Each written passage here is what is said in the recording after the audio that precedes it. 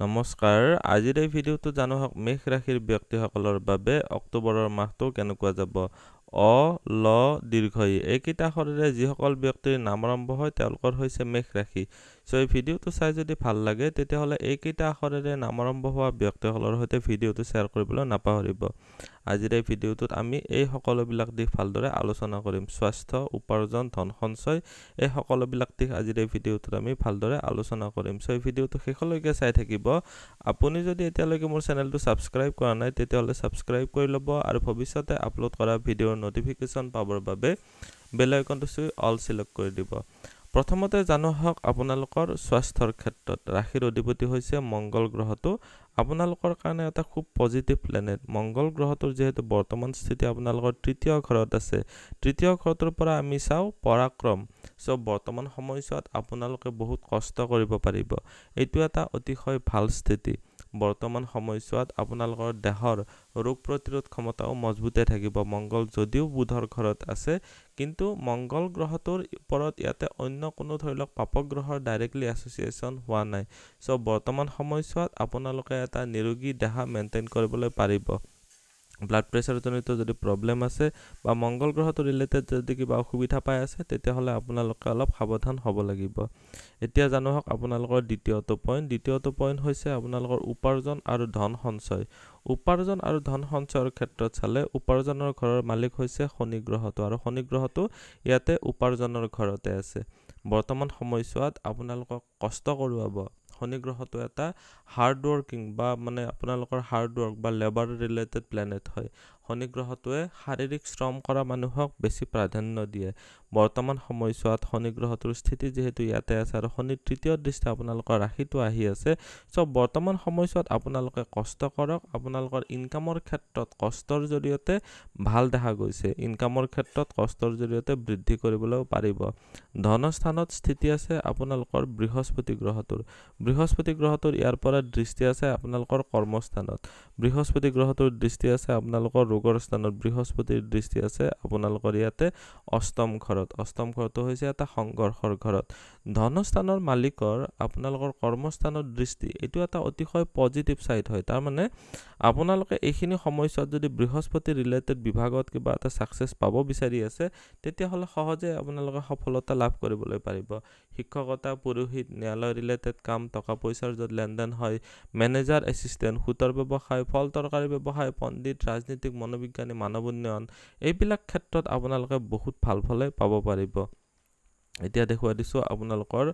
3 number পইণ্টটো 3 number পইণ্টত আছে আপোনালোকৰ চৰকাৰী চাকৰি বা ব্যৱসায় এতিয়া জানো হক চৰকাৰী চাকৰি বা ব্যৱসায়ৰ ক্ষেত্ৰত কৰ্মস্থানৰ মালিক হৈছে আপোনালোকৰ কাৰণে শনি গ্ৰহটো ইয়াৰ পৰা ইচ্ছাপূৰ্তিৰ ঘৰত গৈছে এটো এটা অতিশয় ভাল স্থিতি শনি গ্ৰহটোৰ এই ইচ্ছাপূৰ্তিৰ ঘৰত স্থিতিয়ে কৰ্মস্থানৰ পৰা যেহেতু দ্বিতীয়স্থ হৈছে সব বৰ্তমান সময়ছোৱাত আপোনালোকে বহুতে ভাল ফল পাব পাৰিব তাৰ মানে আপোনালোকৰ ইচ্ছাপূৰ্তিৰ ক্ষেত্ৰত কেৱল অকমান কষ্ট কৰিব লাগিব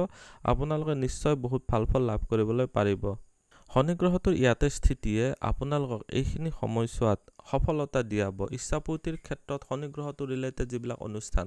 যেনেকুৱাকৈ কনষ্ট্ৰাকচন ৰিলেটেড কাম সিভিল ইঞ্জিনিয়াৰিং কলাবৰণৰ বস্তুৰ ব্যৱসায় কলাবৰণৰ বস্তুৰ ভিতৰত আছে তেল তিল জোতা চেন্ডেল এইবিলাক কৰা আহিব পাৰে ফাৰ্নিচাৰ ৰিলেটেড ব্যৱসায় কৰিব পাৰে অইল সেক্টৰত যদি আপোনালোকৰ যদি পেট্ৰল পাম্প আছে তেতিয়া হলো আপোনালোকৰ কাৰণে ভাল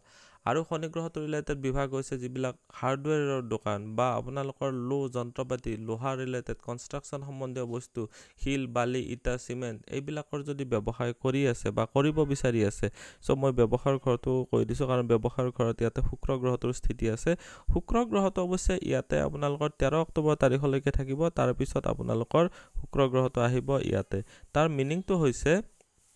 13 অক্টোবৰ তাৰিখলৈকে ব্যৱসায়ৰ ঘৰৰ মালিক যেহেতু ইয়াতে মালব্য পঞ্চম মহাপুৰুষ যুগ বনাই আছে আপোনালোকে বহুত ভাল ফলে লাভ কৰিবলৈ পাৰিব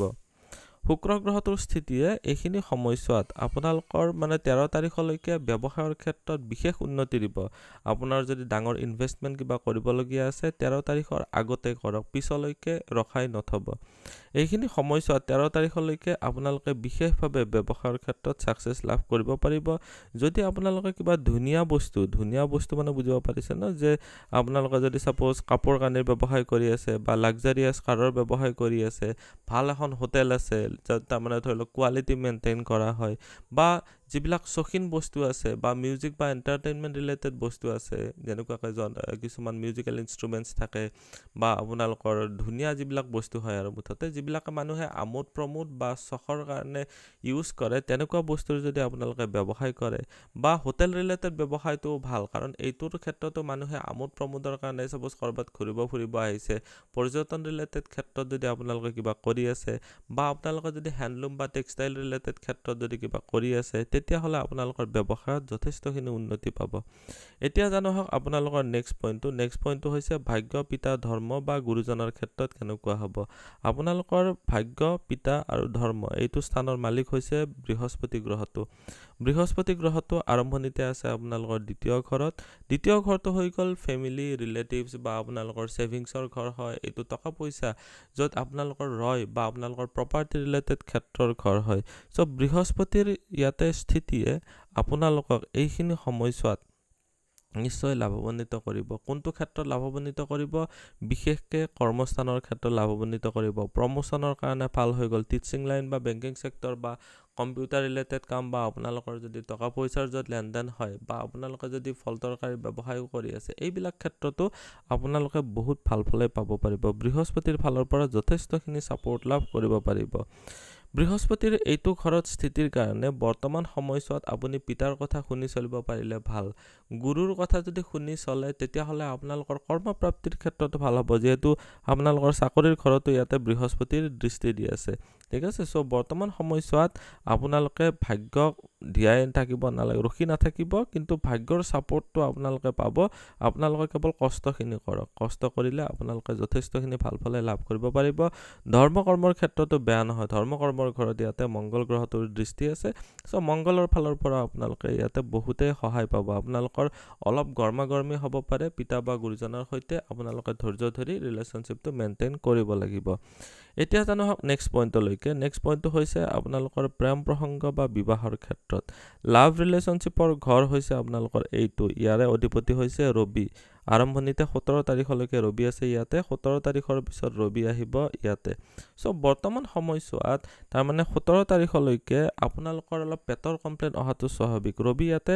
গ্ৰহণগ্ৰস্ত হৈ আছে, কেতুৰ সৈতে যুতি হৈ আছে যে এইটো এটা গ্ৰহণ ভাৱ হয়। ঠিক আছে, চ' বৰ্তমান সময়ছোৱাত 17 তাৰিখলৈকে অলপ বেছি প্ৰব্লেমেটিক। 17 তাৰিখৰ পিছত ৰবি যদিও কেন্দ্ৰভাৱস্থ হ'ব, পশ্চিম ঘৰত ৰবিৰ স্থিতি মানে পশ্চিমৰ পিনে যেতিয়া ৰবিৰ স্থিতি থাকে আপোনালোকৰ মেষ ৰাশিৰ পৰা, তাৰমানে পশ্চিমৰ পিনৰ যিটো ডাইৰেকশ্যনত আহে তুলা ৰাশি। চ' তুলা ৰাশিৰ ক্ষেত্ৰত মই আপোনাক কৈছোঁ যে তুলা ৰাশিৰ মানুহৰ সৈতে আপোনালোকৰ পাৰ্টনাৰশ্বিপৰ ক্ষেত্ৰত অলপ প্ৰব্লেম পাব পাৰে। এইখিনি সময়ছোৱাত আপোনালোকৰ যিখিনি প্ৰাপ্য থাকে সেইখিনিও আপোনালোকে ধৰি লওক মিছ কৰিব পাৰে, বা আপোনালোকৰ ৰবি গ্ৰহটো যিহেতু নিচস্থ ৰাশিত যাব, আপোনালোকৰ লাভ ৰিলেশ্যনশ্বিপৰ ক্ষেত্ৰত ইগ' ক্লেছ কৰাব পাৰে। ইগ' ক্লেছ মানে বুজি পাইছে, বিবাহিত জীৱনৰ ক্ষেত্ৰতো কৈছোঁ। 13 তাৰিখলৈকে শুক্ৰ গ্ৰহটো থকালৈকে আপোনালোকৰ বৈবাহিক জীৱনৰ ক্ষেত্ৰত ভাল, কিন্তু 13 তাৰিখৰ পিছৰ সময়ছোৱা আপোনালোকৰ কাৰণে ভাল নহয়। 13 তাৰিখৰ পিছত শুক্ৰ যেতিয়া অষ্টম ঘৰত যাব, বৈবাহিক জীৱনতো আপোনালোকৰ খেলিমেলিৰ সৃষ্টি কৰিব পাৰে। যিসকল বিবাহিত আছে তেওঁলোকৰ ক্ষেত্ৰত অলপ সাৱধান হ'ব 13 তাৰিখৰ পিছত। যিসকল লাভ ৰিলেশ্যনশ্বিপত আছে, শত্ৰুৰ দ্বাৰা প্ৰভাৱিত হয় আপোনালোকৰ ৰিলেশ্যনশ্বিপ কিন্তু বেয়াও হ'ব পাৰে। এইখিনি সময়ছোৱাত আপোনালোকে সাৱধান হ'ব লাগিব। এতিয়া জানো হওক আপোনালোকৰ শিক্ষা দীক্ষা, সাধাৰণ শিক্ষা আৰু উচ্চ শিক্ষাৰ ক্ষেত্ৰত কেনেকুৱা হ'ব।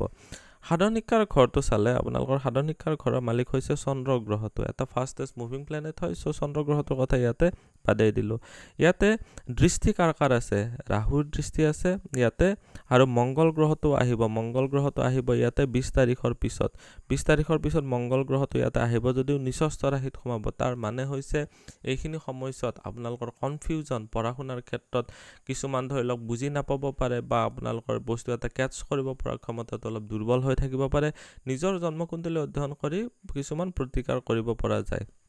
এইটো তাৰমানে যিটো ৰাশিফল কৈ আছোঁ এইটো গ্ৰহৰ গোচৰৰ ওপৰত বেছ কৰি কোৱা হৈছে চ' বৰ্তমান সময়ছোৱাত আপোনালোকে পঢ়া শুনাৰ ক্ষেত্ৰত মেহনত কৰক আপোনালোকৰ ক্ৰিয়েটিভ টেলেণ্টৰ ফালেৰে চালে ভাল আপোনালোকে যদি গৱেষণা কৰি আছে সেইটো ক্ষেত্ৰত ভাল শনি গ্ৰহটোৰ দৃষ্টিও আছে আপোনালোকৰ গৱেষণাৰ ঘৰত আপোনালোকৰ বৃহস্পতিৰ দৃষ্টিও আছে অষ্টম ঘৰত আপোনালোকে যদি গুপ্ত বিভাগ বা এষ্ট্ৰলজি বা ধৰ্মিক কৰ্মী ক্ষেত্ৰত জড়িত হৈ আছে তেতিয়াহ'লে আপোনালোকে ভাল ফল পাব পাৰিব মুঠতে চাবলৈ গ'লে উচ্চ শিক্ষাৰ ক্ষেত্ৰত ৰবি যিহেতু আকৌ ইয়াৰ পৰা কৈছোঁ যে ইয়াতে শত্ৰু স্থানস্থ হৈ আছে তাৰপিছত ৰবি নিচস্থ ৰাশিত সোমাব চ' বৰ্তমান সময়ছোৱাত আপোনালোকে 17 তাৰিখলৈকে মোটামুটি অকে বুলি ক'ব পাৰি কেৱল পঢ়া শুনাৰ ক্ষেত্ৰত অলপ ডিষ্টাৰবেন্স আহিব পাৰে বাকী আপোনালোকে অলপ ভালদৰে পঢ়া শুনাৰ ক্ষেত্ৰত টাইম টেবুল মেইনটেইন কৰিবই লাগিব অন্যথা ভাল ৰিজাল্ট পোৱাৰ ক্ষেত্ৰত আপোনালোকে ব্যৰ্থ হ'ব পাৰে চ' আজিৰ এই ভিডিঅ'টোত আমি জানিলোঁ মেষ ৰাশিৰ ব্যক্তিসকলৰ বাবে অক্টোবৰৰ মাহটো কেনেকুৱা যাব ভিডিঅ'টো চাই কেনেকুৱা লাগিলে কমেণ্টত নিশ্চয় জনাব আপুনিও যদি আপোনাৰ বিষয়ে জানিব বিচাৰে তেতিয়াহ'লে হোৱাটছএপত কণ্টেক্ট কৰিব পাৰে